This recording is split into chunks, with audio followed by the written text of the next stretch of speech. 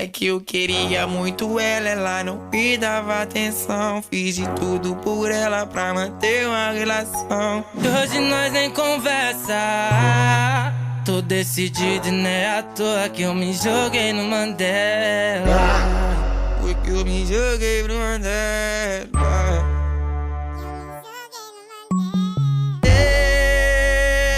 Parado no bailão. I'll point some out real quick before we talk about this today. When I have somebody in my closed guard, it's basically the exact same position as me in the mount. The only thing that's different is right now the mask is to my back, but if I were to sweep him and come here, it's the exact same position. So mount and guard are the same position. I still have that advantage. 1, 2, 3, 4, 5 versus 1, 2, 3. So I have a 5-on-3 advantage, whether I'm in the guard or I'm in the mount. So when I switch the positions from right here, pretty much anything I can do from mount, for the most part with the exception of a couple rules we'll talk about later, I can also do from guard. So let's start out with meat and potatoes. Anybody who knows anything about jiu-jitsu or has watched fighting, an armbar, very common, right? Especially for an untrained person, they tend to give up their arms. Human nature when I'm in trouble is to try to extend something away from my body. Whenever this happens, I'm already straightening my arm for people, so it's easy to kind of put a fulcrum on their elbow and submit them. The very first armbar that we're going to learn here in the studio, something that I still use, my main armbar, even at like the black belt level. I like to call it a climbing armbar, because like if I'm climbing up a ladder, I've got to go to the next step, to the next step, to the next step. I'm kind of climbing them into this armbar. There are armbars later we'll learn that are really fast, but this is the one that we're going to learn first. It's going to start with my one grip on the sleeve, on side. So I'm going to make my 4-finger pocket grip. I'm going to roll the sleeve, and now that I have control of his arm, the higher his arm is up towards my neck, the more it's extended. So I'm going to bring that arm just like I did for my sweeps, right here. 1. Second grip, I'm going to come across my body. I'm going to keep my hand together like a spoon grip, and I'm going to cup the back of the elbow to trap his arm so it can't move backwards. 2. Once I have the elbow, I'm actually going to try and pinch his elbow down. See how this is my arm now? He can't have it back. Okay, and the last thing I'm going to do with my hands, there's 3 steps. The first one, one grip, pin, cross grip, elbow. There's 2. Now this hand is holding his arm into place, so I can leave the sleeve. And when I come up, I'm going to go thumb inside of the lapel. I'm going to grab his lapel so I can start to pull him down and keep the posture. Okay, so the first 3 steps are going to be like this. 1, cross grip the elbow. 2, and pinch the elbow to my body. 3, pull down. Now my legs are going to open. I'm controlling his posture. I am going to submit this arm. So what I want to do is create tension and move across his body. So I go 1, 2, 3, pull. My foot is going to leave and go to his hip right here, okay? And there's a detail. I don't want my knee pointing over here. I want to keep my thigh tight to his shoulder to trap his arm. So when I open my guard, I put my foot on the hip and I squeeze this nice and tight. Now I can use this pressure to lean and cut the angle. See how I'm like 90-degree angle? I'm looking into his ear. All right, there's the first step, 1. Now the second step, I'm going to bring my knee up under his armpit and put my foot over his shoulder. This allows me to kick my leg and start to extend his arm. Now the last thing, my foot leaves the hip, comes over his head, and I squeeze the inside of my knees together. Now I can control the wrists, squeeze my knees, lift my hips in the air to put a wedge behind his elbow. So it'll look like this. First grip, 1, cross grip, 2, collar grip, 3, foot on hip, lean and hike. Now all I got to do is close the angle. I can push his head away, get into my armbar, and submit. I do a little bit quicker. 3 steps with my hands, 3 steps with my legs. 1, 2, 3. 1, 2, 3. And then I control the wrist and push my hips while I drop my heels. Boom. My hips are pushing Aaron's arm straight to the point where if he doesn't tap, he's going to snap.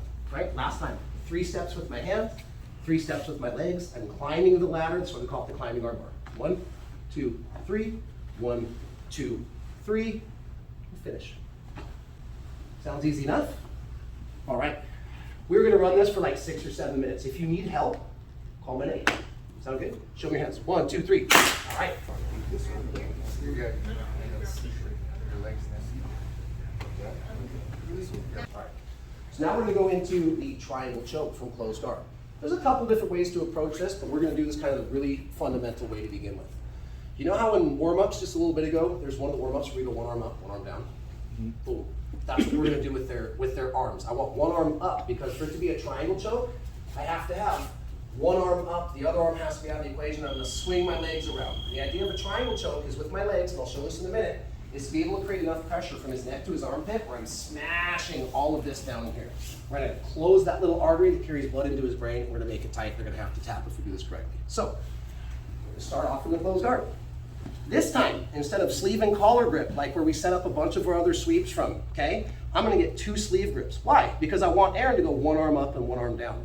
So I'm gonna grab the double 1 grips. I'm gonna make my pocket grips. Remember, not putting any thumbs or fingers inside the gi. It's an illegal technique and it's dangerous to my hands.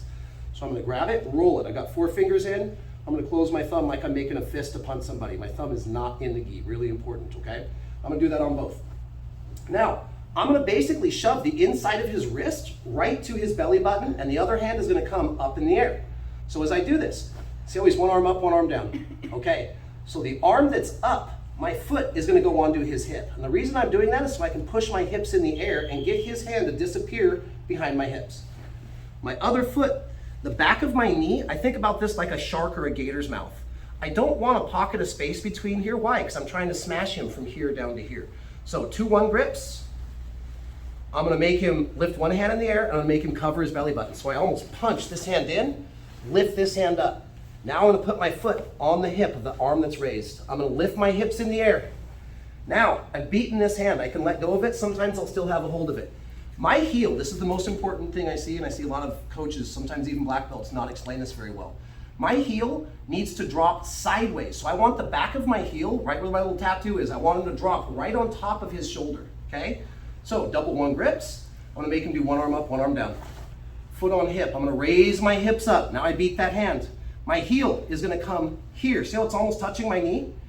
Boom, now I've got him smashed, no space. And the last thing I have to do once I grab the arm is to swing this foot over.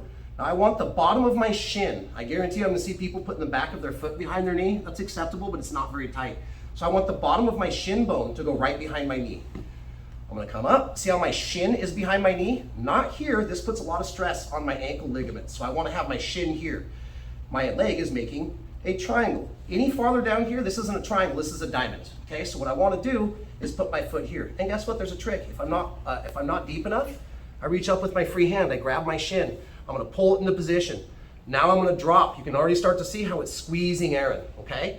There's 2 different ways to finish a triangle choke. We're gonna go over one of them today, we'll add the other one on Wednesday. My favorite one, some of you guys have heard this before. I wasn't even squeezing, it gets really tight really fast. My favorite one, I always like to nickname skull control. If you guys look at that picture of me triangling dude, see my hands on the back of his head? I'm pulling his head and shooting my hips. So again, double 1 grips, 1 arm up, 1 arm down. I'm gonna lift my hips and drop my heel where? Back of the shoulder. Now I'm gonna circle in, getting my shin underneath, okay? All I have to do now is take his elbow and pull it. I wanna make him kiss his bicep. I'm gonna lift my hips again, pull his arm over, bring my knees towards my chest. His elbow is trapped. Now I'm gonna grab the back of his head and I'm gonna pull down and I'm gonna shoot my hips up under his throat like this. So as I skull control, I pull his head, I shoot my hips, and when I go nice and light, he's just gonna give me a tap saying yes. He's not gonna wait to die. He's just gonna be like, yeah, the pressure's there, it's correct. So we're gonna do it one more time.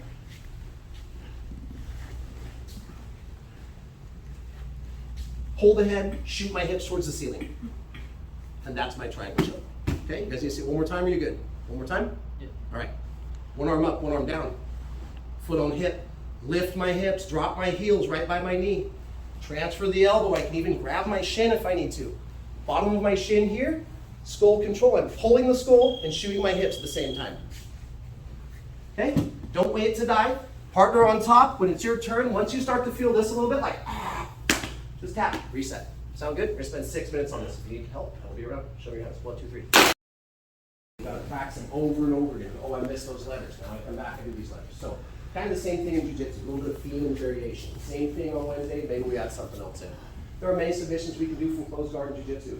The next one that we're gonna work on, we kind of did this last week a little bit from the mount. We talked about Americanas, we talked about arm bars. Who remembers the other one?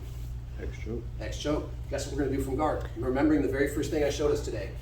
Whether I'm on my back in guard or I sweep to the mount, it's the exact same position. The only thing that changed is relative is the mat behind me, or is it behind him? That's it. So we're still gonna work on that same submission, X-choke. Later, there are 3 different ways we can get into X-choke. For right now, we're gonna focus on palm up, palm up. Later, there's palm up, palm down, or I can grab and I can circle. But for right now, we're gonna do X-choke, palm up, palm up. So my partner's in my guard. okay?